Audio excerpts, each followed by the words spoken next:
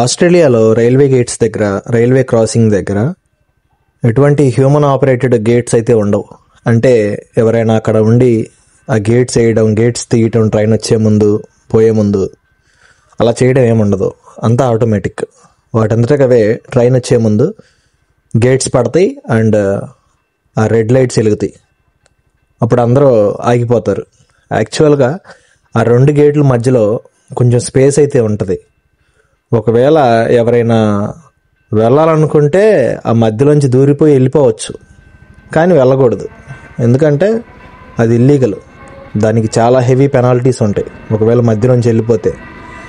మన Sattenapalli railway gate దగ్గర కింద నుంచి దూరి వెళ్ళిపోతూ ఉంటారు కదా, అలా వెళ్ళకూడదు.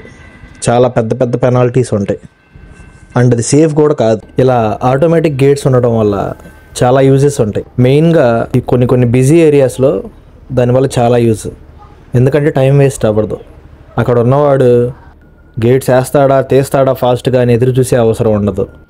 అలా ట్రైన్ వెళ్ళిపోగానే వెంటనే గేట్లు ఆటోమేటిక్గా అవే పైకి వెళ్ళిపోతాయి. వీడియో నచ్చితే లైక్ చేయండి, ఇంకా వీడియోస్ కోసం సబ్స్క్రైబ్ చేయండి.